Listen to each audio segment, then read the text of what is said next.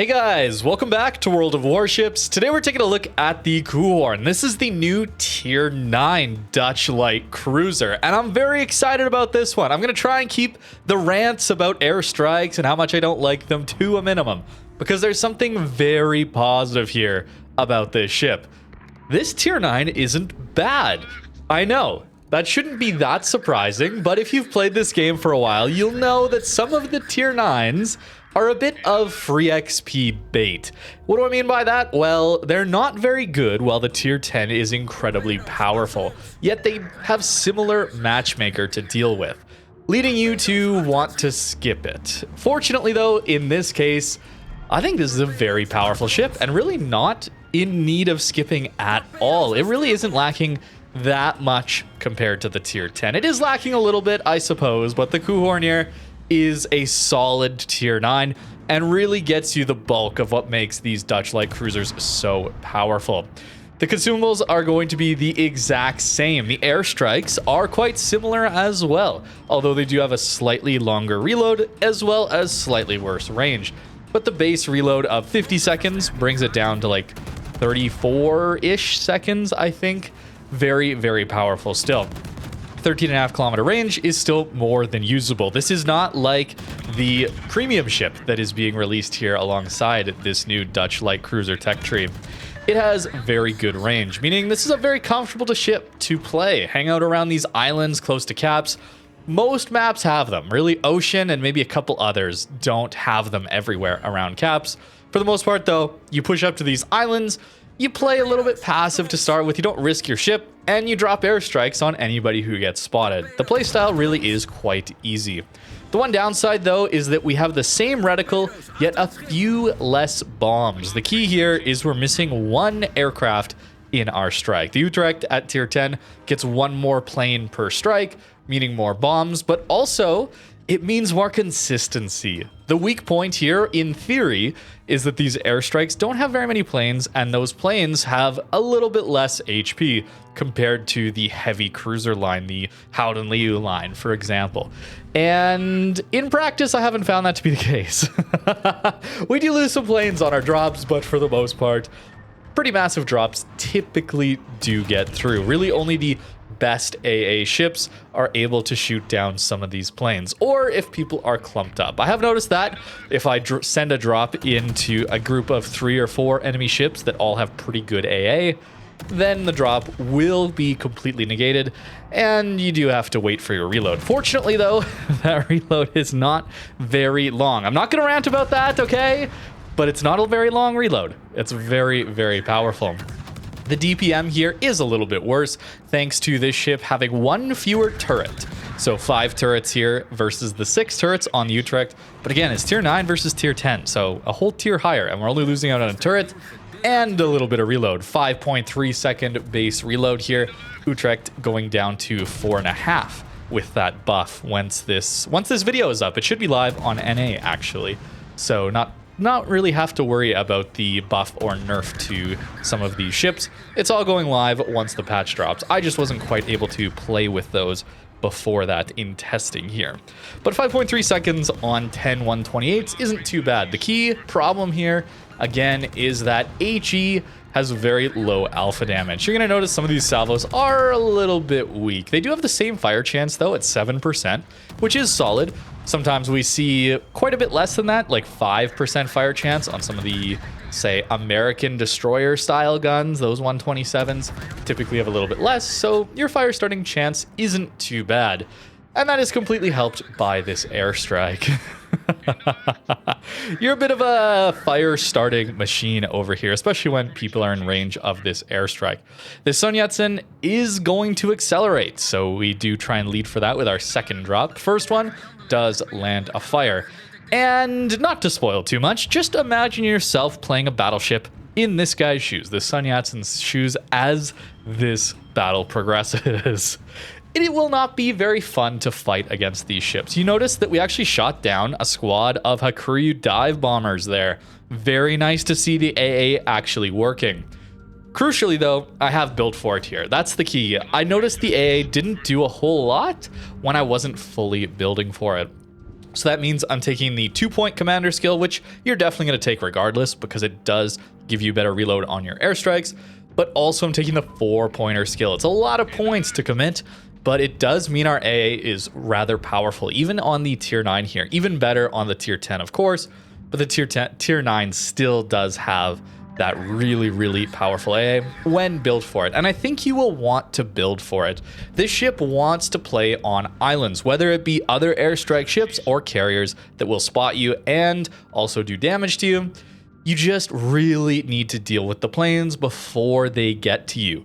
And building for your AA means this ship will be much more comfortable to play, allowing you to play around islands much more easily on those games where there's carriers or where there's other airstrike style ships. Although you can play it open water. Sure, it doesn't have much armor. See the last clip of the previous video on the tier 8 premium that I released yesterday there, where we almost got one shot bow in at 17 kilometers to an Ohio. These are still light cruisers. They will take a lot of damages. There is weak points. There are weaknesses to these ships, even if I do think they are a little overtuned and are going to be very unfun to fight against. But open water is possible. You don't have to shoot your guns to do damage, which means you don't have gun bloom on your concealment to do damage. So we can sit perfectly fine out in the open, spotting targets and then dropping the airstrikes on them. That was the other nice thing about the premium ship, is that it can't really do that. I say nice thing, I'm talking more about fighting against it. It makes it harder to play. The premium is certainly a lot harder to play than the tech tree. The tech tree line is so much easier because it allows you to do this, where we sit out in the open here, no islands around, it doesn't matter because we're just outside of our detection range, dropping airstrike after airstrike on this Sun Yat-sen. And in Utrecht, it's even easier because you have even more range. Maps where you're pushed away from those island cover, or maps where there is no island cover. Maybe you get unlucky enough to get ocean. You can still make it work because you don't have any bloom when it comes to using these airstrikes. This poor Sun Yat-sen has 3 fires and a 4th fire, all from our airstrikes before he gets to his damage control. Yeah, that's not very pretty, is it? Playing this ship will be very fun, I think. For a lot of you who enjoy airstrikes or like cruisers, I think you'll enjoy playing this ship. I just worry about everyone else in the game. It is quite terrifying. And we're loaded again. That's the thing. It's just non-stop airstrikes. It is almost 50% of the time that you have a plane in the air. 13.42 seconds is the drop time on these airstrikes. And with a near 30-second reload, well, either there's planes in the air or the other half of the time you're reloading. That's a lot. It is a lot. We'll continue to spot this Sun Yat-sen, maybe for our teammates here. The anchorage, for example, does have a smoke. One of the weak points of using a smoke cruiser in open water like this is if you don't have any spotting, because you just won't be able to have anything to shoot at. Fortunately for us, I'm able to spot, drop airstrikes, and our anchorage can smoke up and hopefully do some damage. Another 2,800. Not massive damage there from that airstrike, but still getting those fires. Fires tick for a lot, and you're not guaranteed, but with 33% base fire chance, these airstrikes will be lighting you a ton of fires. 34 mil pen is very, very nice to have. And one of the crazy things, I guess, about this line, maybe not crazy, but it's very powerful, okay? It's very powerful to be able to pen 34 millimeters. All the way down to even the tier 8, you're able to pen 34. So when you get a ship like a Key, for example, a lot of those mid-tier or mid to high-tier battleships, tier 7, certainly tier 8 and 9, we do see more 32 millimeter armor or less. And it means the damage just is absurd on top of dealing fires. Still, I was the one spotting that Key there, so our anchorage in smoke can't quite shoot right now. So I'm going to try and get around the island and spot for him. Notice we're not risking anything here. I suppose if I were to get spotted, a Key, if I was broadside to a Key at this range, that'd be a little spooky. But we're not going to get spotted unless the carrier comes and flies over. or we decide to shoot ourselves, which is something I probably should be doing since the damage output on these guns is pretty solid. And much like Utrecht, also with the tier 8, all of these ships have these German style 128s with the improved shell velocity, so really not hard to lead these guns. Although look at that dispersion.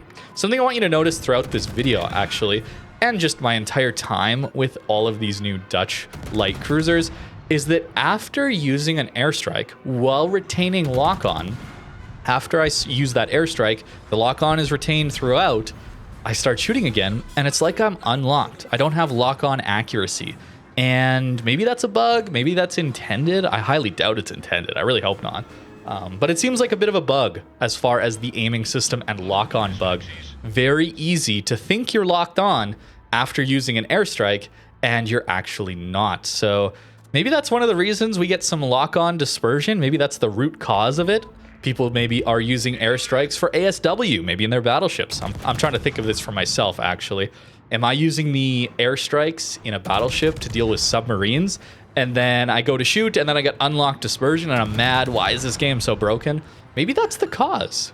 I don't know. Food for thought, I suppose. Something I'll have to check out when I'm playing some of the battleships with the new update.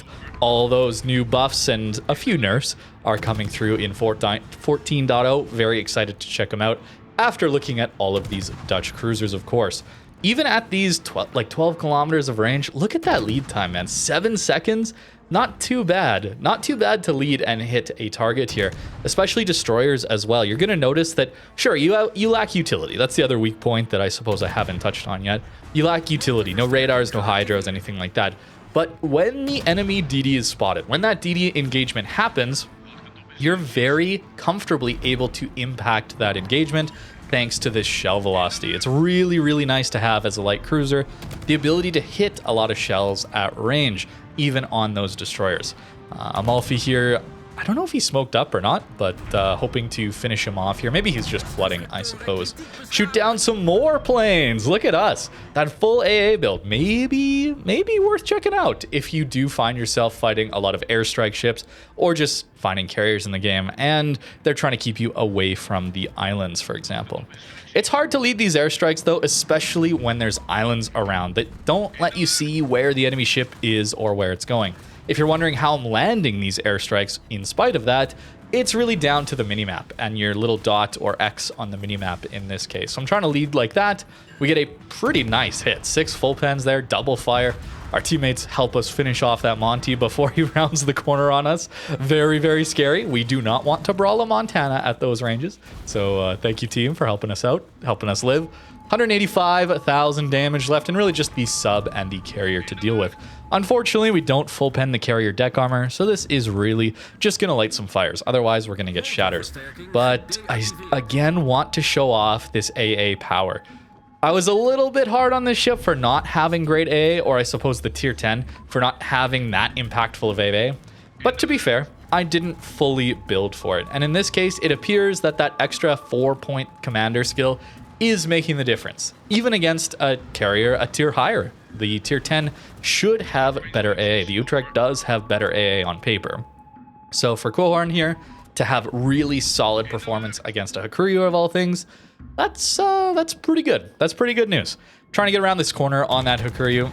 A big weak point of this improved shell velocity is the inability to shoot over islands as easily. That's one of the small benefits, I suppose, of having such bad shell velocity on ships like Atlanta, for example, or Colbert. Colbert is a good example at higher tier. Sure, it is really hard to lead those guns in open water or at targets at longer ranges, but it does allow you to use a lot more island cover in this game and actually be able to shoot over it. Something I noticed that was a little awkward while playing all the ships in this line, really, was that island cover I'm used to using as a light cruiser really was difficult to use because I just wasn't able to shoot over it. I still had the airstrikes though, so it wasn't that bad. I could roleplay a bit of an aircraft carrier in that case and just use the airstrikes while sitting on an island.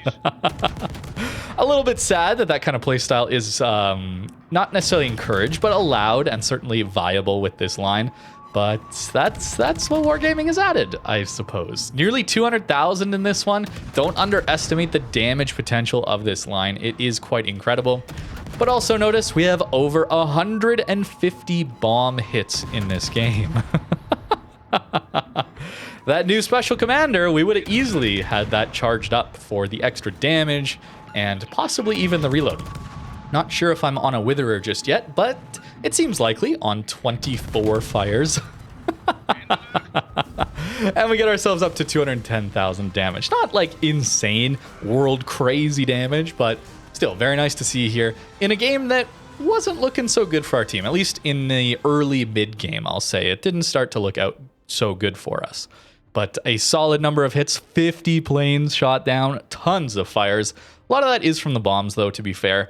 I don't think the fire chance is that amazing on these ships. It's still very good, but compared to some of the other light cruisers, there are some higher ones. But 80,000 from both the bombs and fires, absolutely wild what these ships can accomplish. I got a few more clips for you guys today, but that was really the full main game I wanted to show you guys. Here, though, what happens when one of the thickest battleships, the slowest battleships, pushes into one of these new Dutch light cruisers?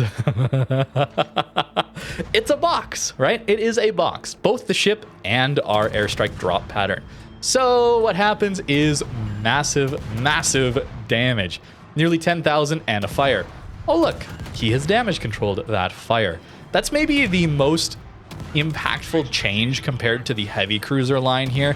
It's not necessarily the bomb drop pattern or anything, but it's that you get this faster reload, allowing you to get those follow-up fires so much easier with this ship compared to that heavy cruiser Howden Liu line.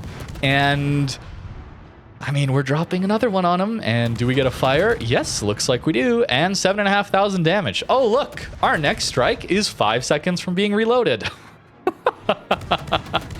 I mean, do you want to fight against this? I have no interest in fighting against this. So what's the counter? What do you do? I guess you just stay out of airstrike range?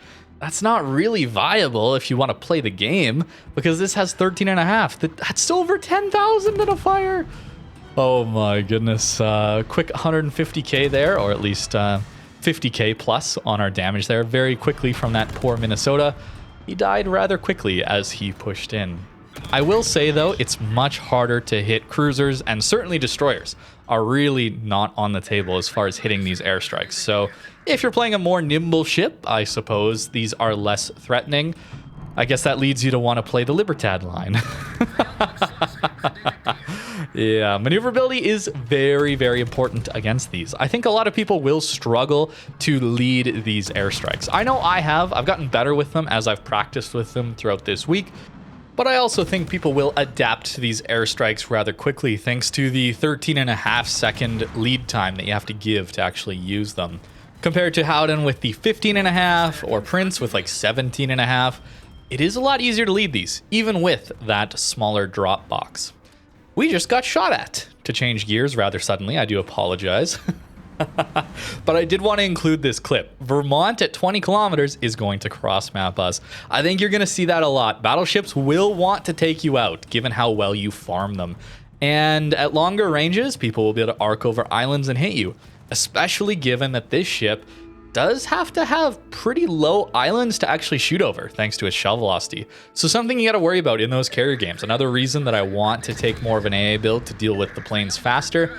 I don't want to be spotted around these islands as much and deal with those crossfires. So something to worry about, I suppose, if you're playing these ships. They are still light cruisers after all. As much as I think they are incredibly powerful and more than a little bit broken, very unfun to fight against when you're on the receiving end of these airstrikes, they're still light cruisers. And that is one of the hardest classes to play in the game. It's either light cruisers or it's destroyers. Whichever one you pick, those two are going to be the absolute most difficult ships to play in the game because you are the most punished for making mistakes.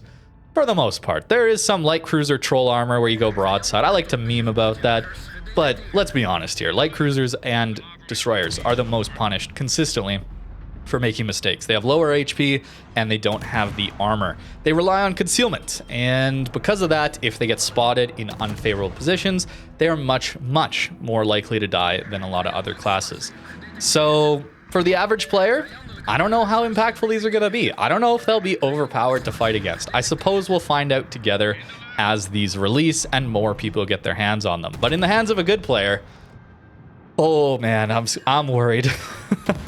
What about 3 good players in a division?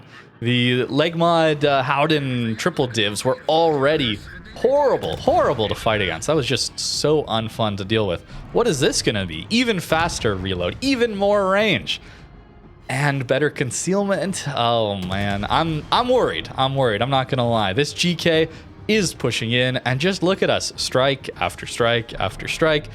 You know, getting some HE pressure in on this Champagne here. Actually, speaking of Champagne, that one's getting an interesting buff. Very excited to take a look at that one come the new update. It has been a very long time since I've played that tier 8 French battleship. But GK still pushing in, and we're going to keep launching strike after strike on them. This island does not allow us to fire over. It's a very common position to go to as a light cruiser, but this is what I mean, where you're going to find some of those standard islands if you're used to playing light cruisers and farming over them just don't quite work the same as they used to. You got to be a little further back from them, or you got to find islands that are a little lower.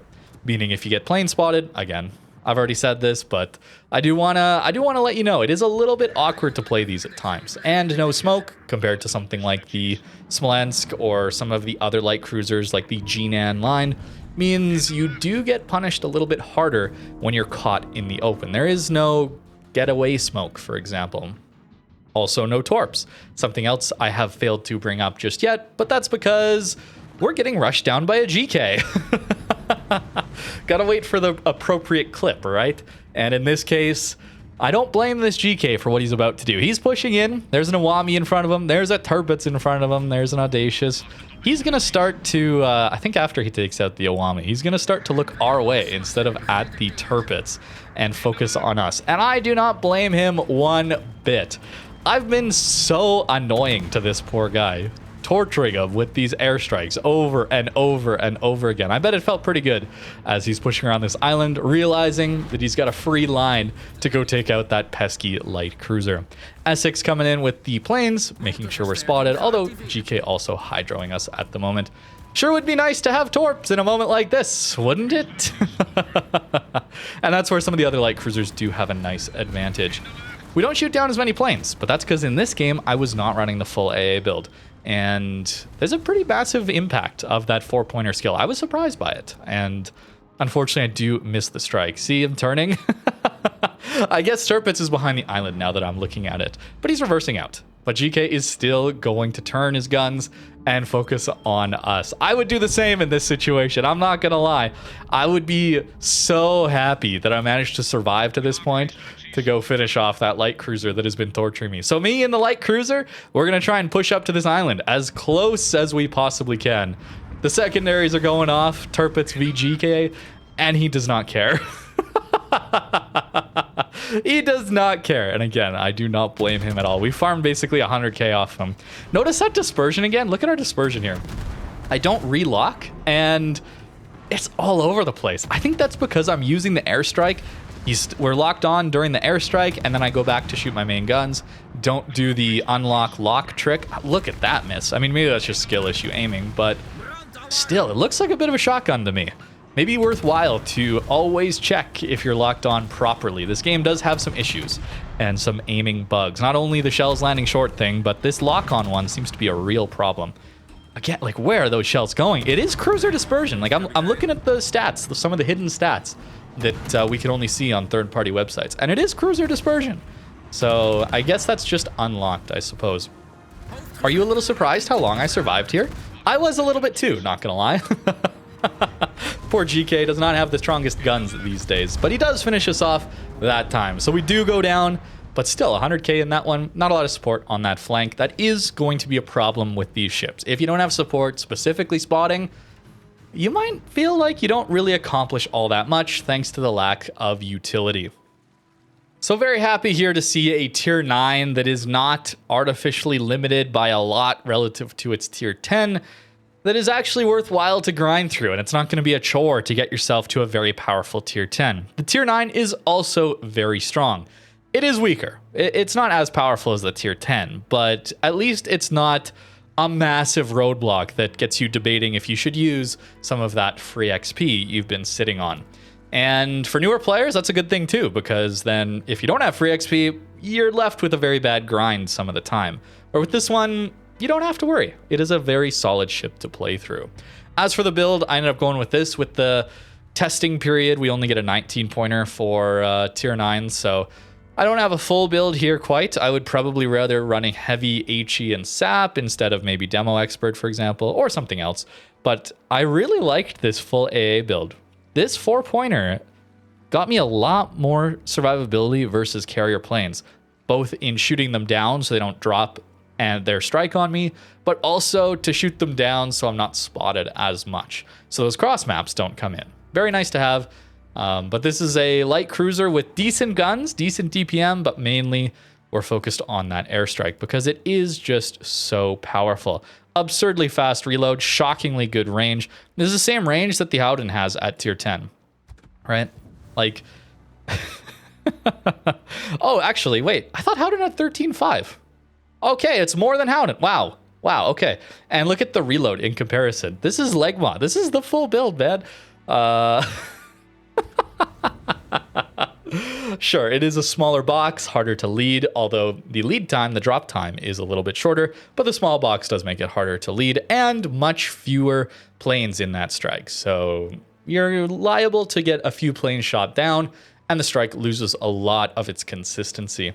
The detection here is excellent. Under 10 kilometers is great. You're reasonably quick, although not that fast. Normal engine boost here. Fast cooldown heal, nice to have. But with this ship, you don't have the best maneuverability. The rudder shift is quite sluggish, especially when we're taking Airstrike mod. If you want to run this more as a full gun build, but then, you know, drop an Airstrike every once in a while, I could see going steering gears or even propulsion mod and steering here. You still probably would have decent detection, and that would make you a lot more maneuverable, easier to dodge incoming fire that way. But for me, I'm a little greedy for those Airstrikes, at least right now. Maybe I'll try that gun build a little bit later. It has no armor, right? Like, it's just paper. But that's a good thing against AP battleships, especially when you're not fully angled like I was against that Ohio. This one at least has 35 mil deck armor, so you really have to face Shikishima, incomparable Satsuma, things with, I think 510 is where you get 35 millimeters of overmatch, so those ones will still dunk on you, but it's pretty rare to see that. Even 30 millimeters is much more common to see at higher tier. So you do have to worry, though, as this ship, when giving broadside, will take a reasonable amount of damage. It's still a lower citadel, but it is slightly above water. This sloping here, I don't think is quite enough to act as German turtleback.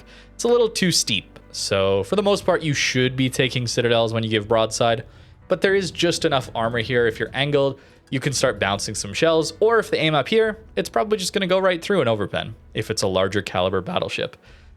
If you find yourself against a Colombo, though, good luck. Good luck. And maybe just have fun in your next game. That thing is going to counter the crap out of these things, man. Maybe that's what I need to play. Maybe that's what we got to play when we see a bunch of these in queue. Well, maybe something to think about. Although it's not very exclusive to this light cruiser line. Pretty much everything is countered by Colombo these days, let's be honest. But that's going to do it for today's video, taking a look at the new Tier 9 here. Very interesting ship, very powerful. Nice to have a Tier 9 in a new line that is very strong as well and isn't just free XP bait. So thank you very much for watching and have a great rest of your day.